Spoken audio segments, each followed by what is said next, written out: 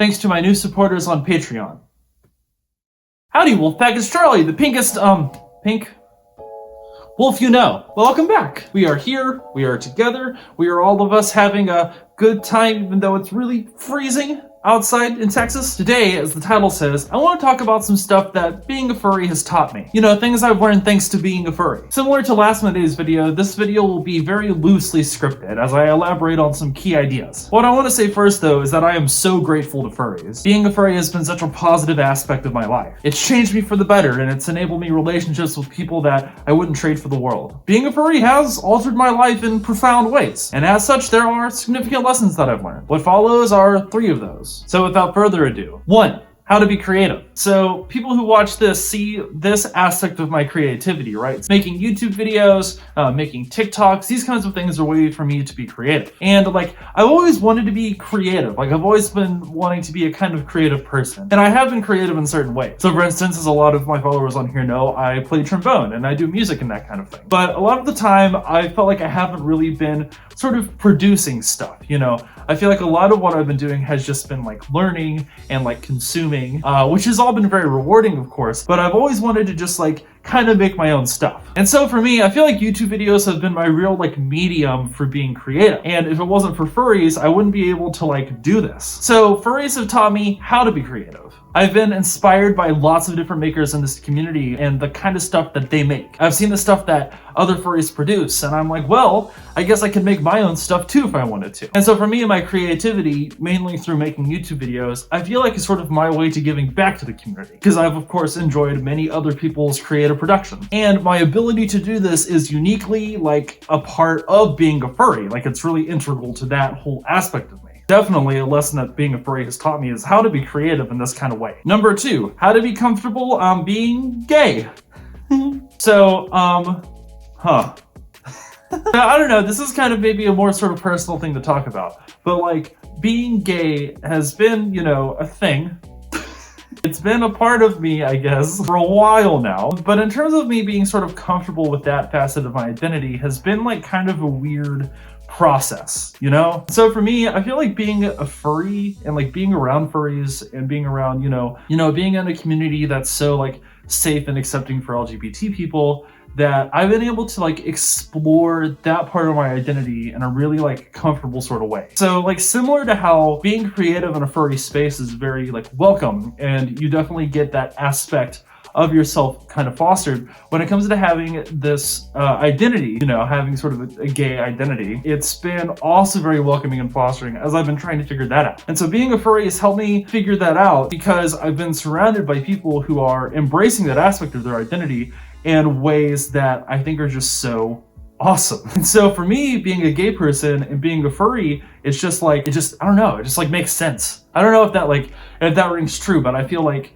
I kind of just get it more. Like I understand that part of myself more by being a furry. It might be, I don't know, it's like kind of hard to put that into words, how that works out. But like when I'm around other furries, I just feel very comfortable, you know? And I think being comfortable like that has been really just amazing for me, because, you know, having the kind of, you know, where I grew up, where that kind of part of a person isn't really that accepting, sort of finding my way into this community where it's, you know, very accepted.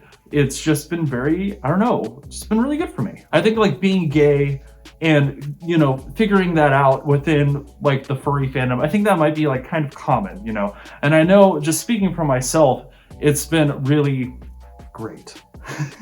Number 3, how to love stuff unironically. So like before I joined the furry fandom, which was, you know, around the time Zootopia came out, I was really suffering from like, I think a thing a lot of like, especially men on the internet kind of suffered from, where I had trouble just like liking stuff, you know, like I always put like an ironic barrier between me and the things that I liked, right? Because if there are certain things that I liked and I was sincere about it, you know, it could be kind of embarrassing. And so for me, once I got that like strong attachment to Zootopia and I kind of found furries through that, I started to realize that like this whole irony sort of thing, like liking stuff ironically as like a defense mechanism, was not it.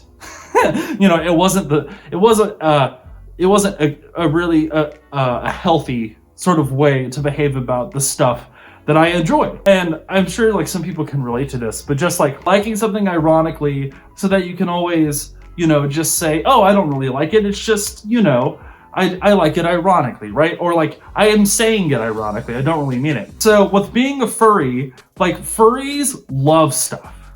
You know, like furries love the media they consume. They love the stuff that they make, and they love just doing stuff together, you know, and they really love it. Like whenever I'm a furry and I'm talking about stuff that I love, Balto, Zootopia, you know, music, right?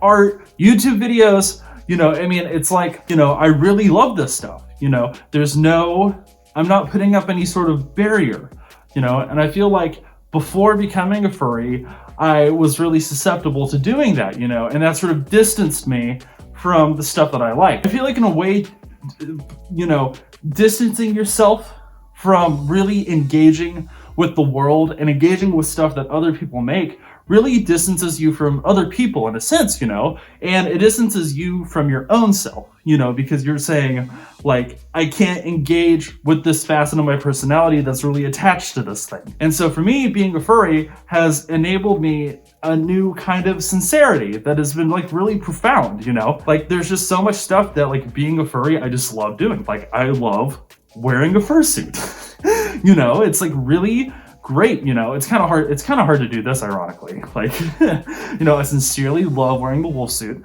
I sincerely love being a wolf on the internet. I sincerely love playing trombone on stage with a bunch of furries to a crowd of a bunch of furries. I love, I don't know, being goofy with my friends in ways that from the outside might seem kind of embarrassing, you know? But on the inside, we don't really care, you know, because we're having a good time. And so for me, just like loving stuff, you know, just loving it, loving the things that you do, loving the people that you're around is something that I really learned in a new way whenever I became a furry and I started hanging out with other furries. So that's, you know, another thing that I'm pretty grateful for. So yeah, these are several of the many things that furries have taught me. Thank you all so much for shaping me into the wolf I am today. Now, how about a task? This week's task is to name a lesson that being a furry has taught you. It could be anything, big or small. Maybe furries taught you how to sew, or maybe you discovered some part of yourself while being a furry. Write about that either in the comments here or in the Wolfpack Discord. Link in the description.